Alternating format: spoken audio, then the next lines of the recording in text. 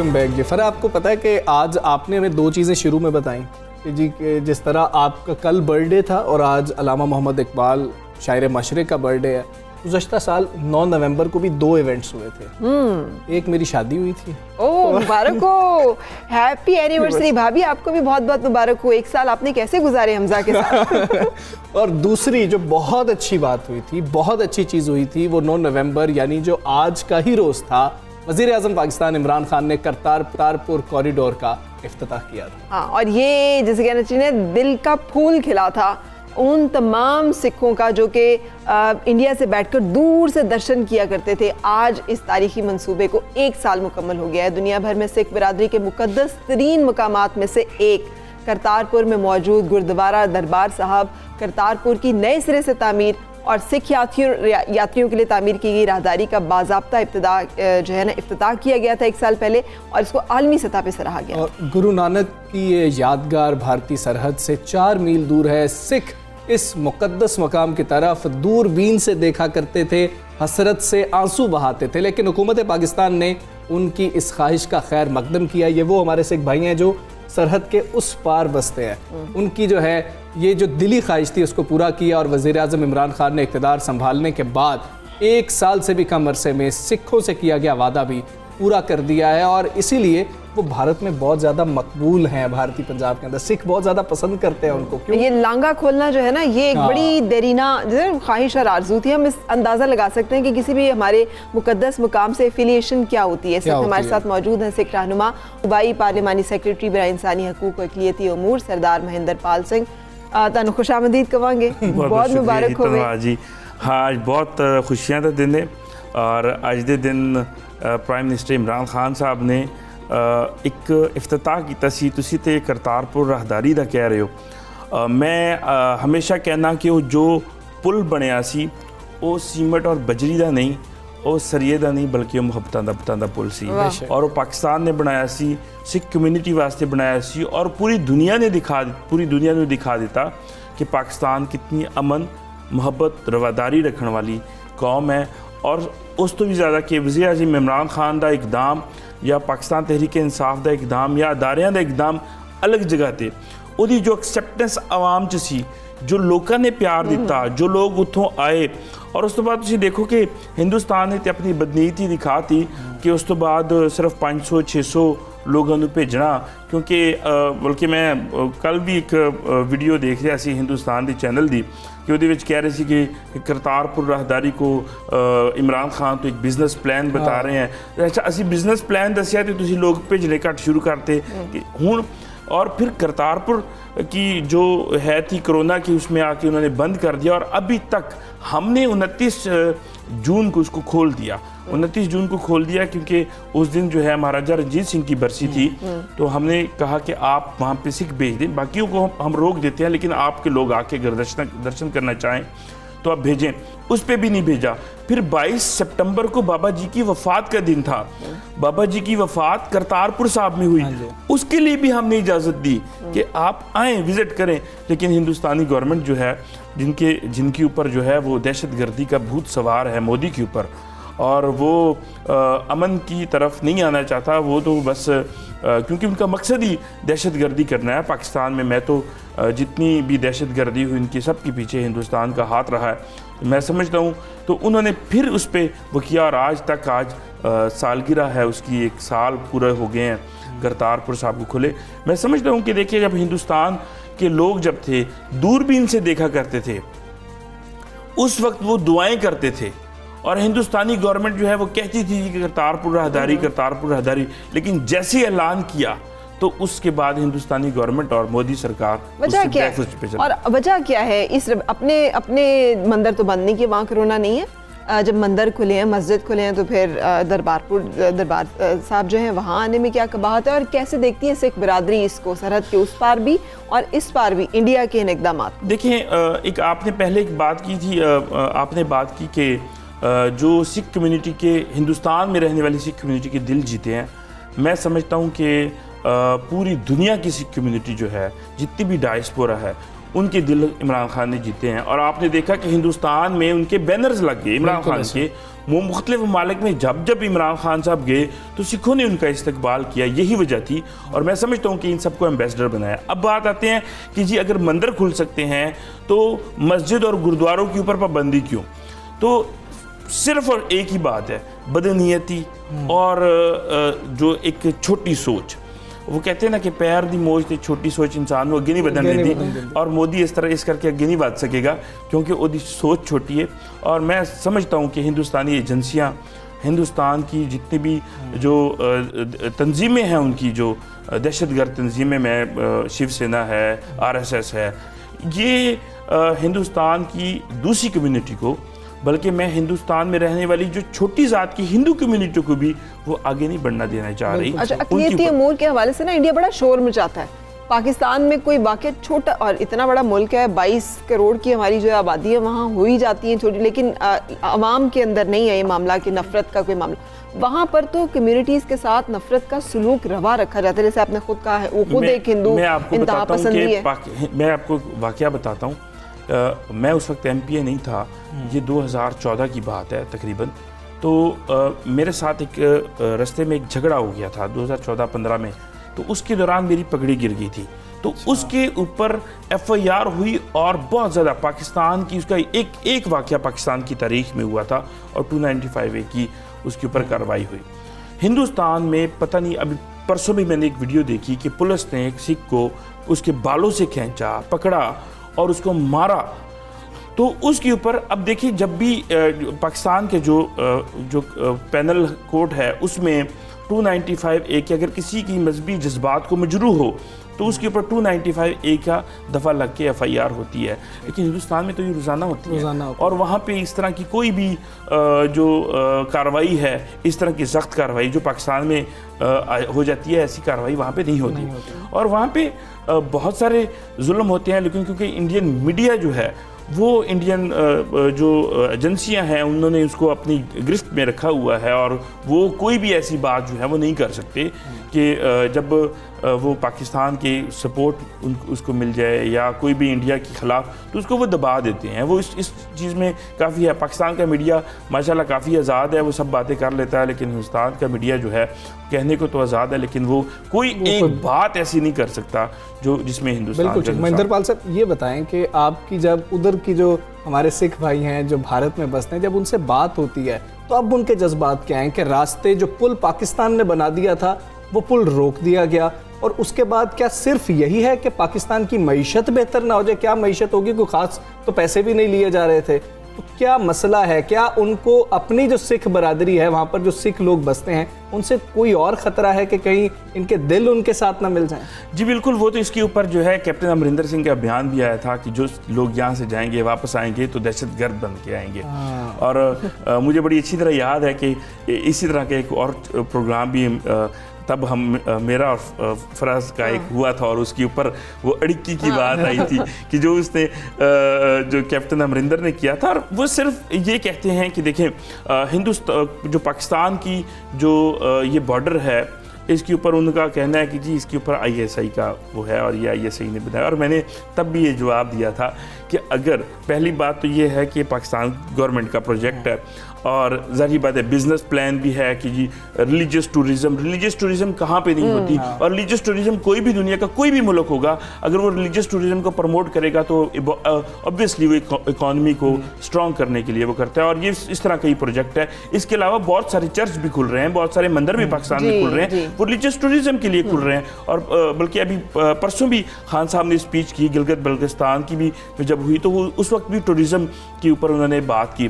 तो मैंने तो कहा कि जी पहली बात तो ये है, लेकिन दूसरी बात ये है कि ये ISI ने बनाया नहीं है। चले आपकी बात मान लेते हैं कि ये ISI ने बनाया, और ISI पाकिस्तान का हिस्सा है। ISI पाकिस्तान का हर शहरी ISI का सिपाही है। तो अगर ISI ने बनाया है तो फिर तो हमें ISI की तारीफ करनी चाहिए कि वो लोगों के लिए रास्ते खोल रही है, वो आपके लोगों के लिए सोच रहे हैं। अच्छा, लेकिन देखें ना, पाकिस्तान में तो कटास राज भी, हमने तो नहीं कहा था वहाँ भी आए आप टूरिस्ट, हिंदू भी आए। हमने तो नहीं ये भी कहा जैन मजहब के कितने लोग हैं जो गौतम बुद्ध और ये गंधारा सिविलाइजेशन, वो लोग वहाँ पे आते हैं हमजा, और बहुत मजहबी अकीदत के साथ आते हैं और विजिट करते हैं। चूँकि 1 साल पूरा हुआ है तो कोई बाणी आपसे सुननी है हमने जी ज़रूर, मैं बाबा गुरु नानक इसके की। ऊपर गुरु नानक देव जी का ही कलाम जो है वो मैं ज़रूर सुनाऊंगा, और वो कलाम मैं हिंदुस्तान को जो है वो Dedicate कहूँगा, कर जी रहे हैं। डेडिकेट करूँगा। गुरु नानक देव जी का की बाणी है, कोई बोले राम राम कोई खुदाए, कि कोई राम राम करके अल्लाह ताला की इबादत करता है, कोई खुदा कह के इबादत करता है। कोई बोला राम राम कोई खुदाए, कोई सेवा गुसैयाँ कोई अलाए, सेवा खिदमत करना कि वो अल्लाह ताला की बनाई हुई चीज़ों की खिदमत करके जो है अल्लाह ताला को याद करता है या उसकी इबादत करता है। और कोई अलाए, कोई अल्लाह कह के जो है उसको करता है। कोई बोला राम राम कोई खुदाए, कोई सेवा गुसैयाँ कोई अलाए, कोई नावे तीरथ कोई हज जाए। हिंदू लोग जो हैं वो तीर्थ यात्रा के लिए जाते हैं और मुसलमान जो है वो हज करने जाते हैं। फिर कोई नावे तीरथ कोई हज जाए, कोई करे पूजा कोई सिर निभाए, ठीक है, कोई पूजा करता है और कोई सजदा करता है उसमें।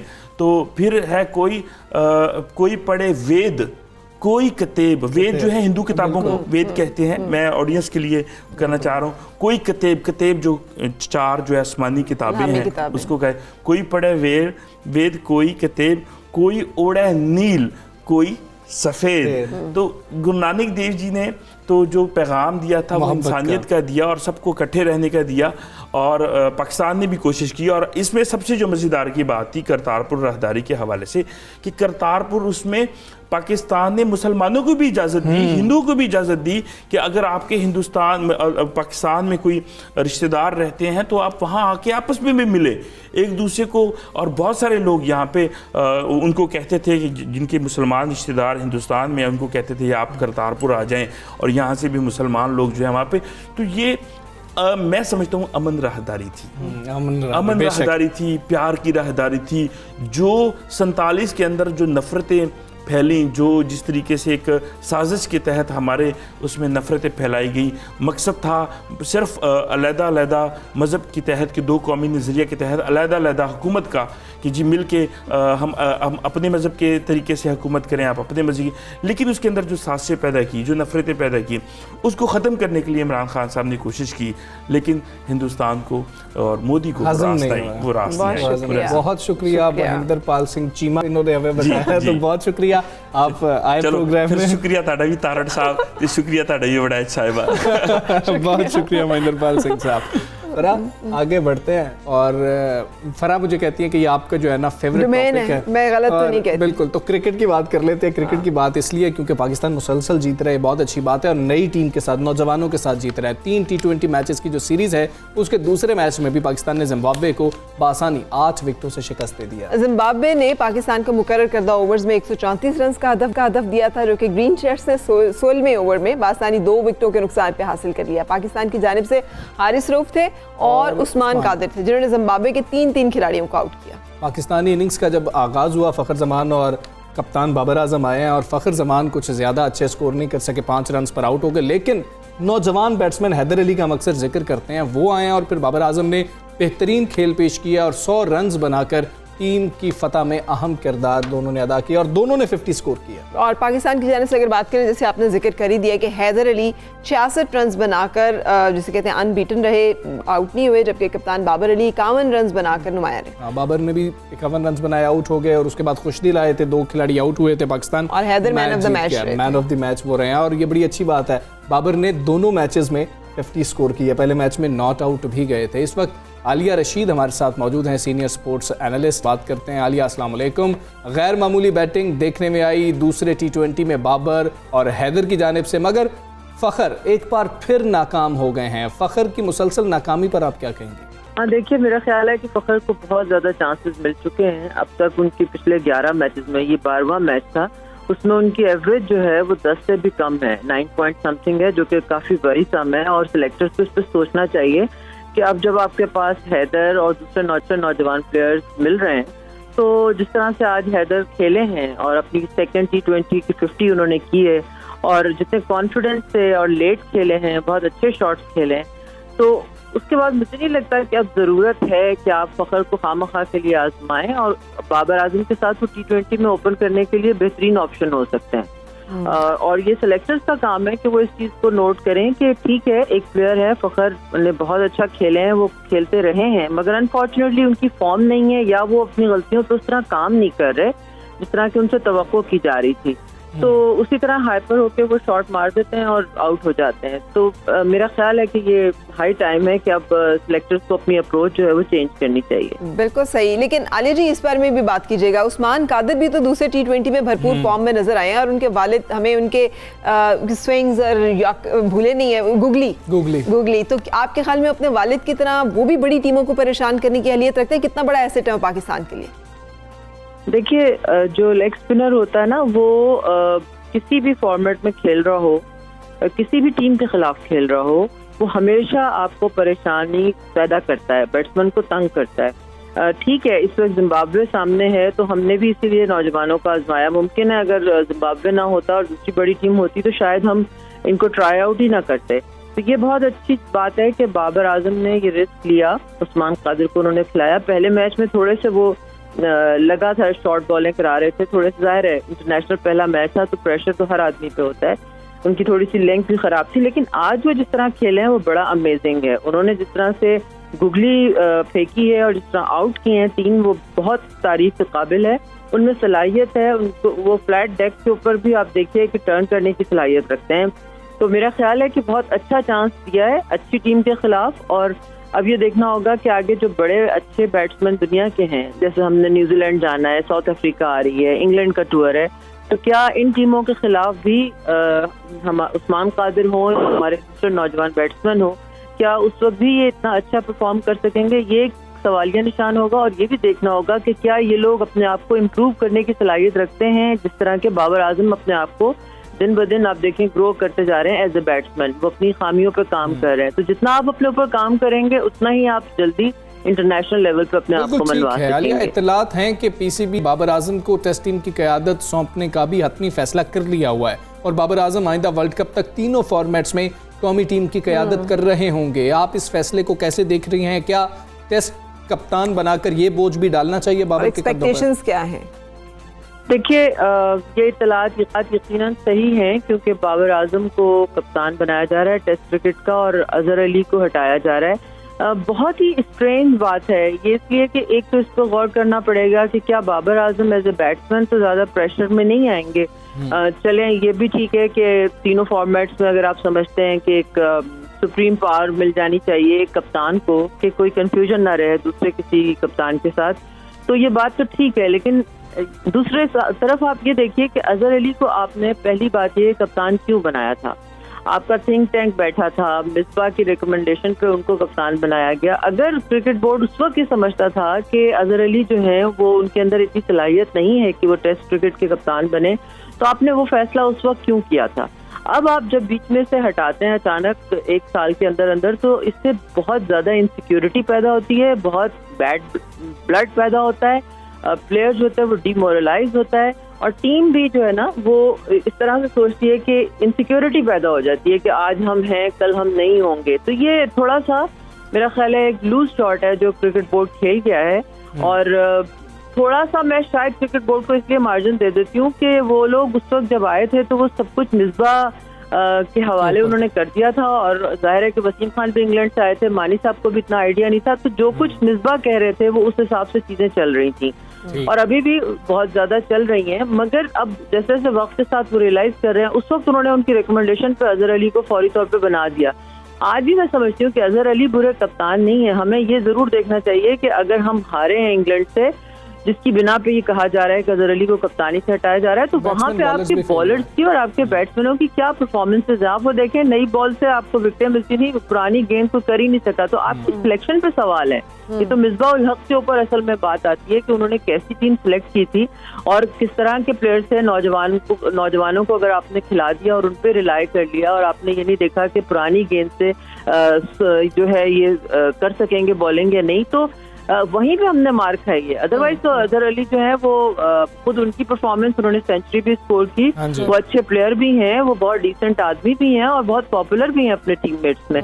तो एक थोड़ा सा थोड़ी सी इमेच्योरिटी नजर आई थी क्रिकेट बोर्ड के उस पे, अब उसको वो रेक्टिफाई करने की कोशिश करें, दुआ करें बिल्कुल पाकिस्तान ठीक के है। लिए। आलिया रशीद हमारे साथ हैं। आलिया, आपका बहुत शुक्रिया। और कोचिंग के ऊपर उन्होंने बड़े मतलब सही सिलेक्शन के ऊपर रेलेवेंट क्वेश्चंस जो हैं सिलेक्शन के ऊपर भी और कोचिंग के ऊपर भी ना, कि नई पुरानी बॉल से खेलने का तजुर्बा ही नहीं है आपको अंदाजा ही नहीं। कप्तान हटा दो, जब मैच हारो कप्तान हटा दो, बॉलर विकेट नहीं ले रहा, बैट्समैन स्कोर नहीं कर रहा, कप्तान सेंचुरी भी कर रहा है, तो कप्तान हटा दो। बिल्कुल सही। अब कोई और बात कर लें?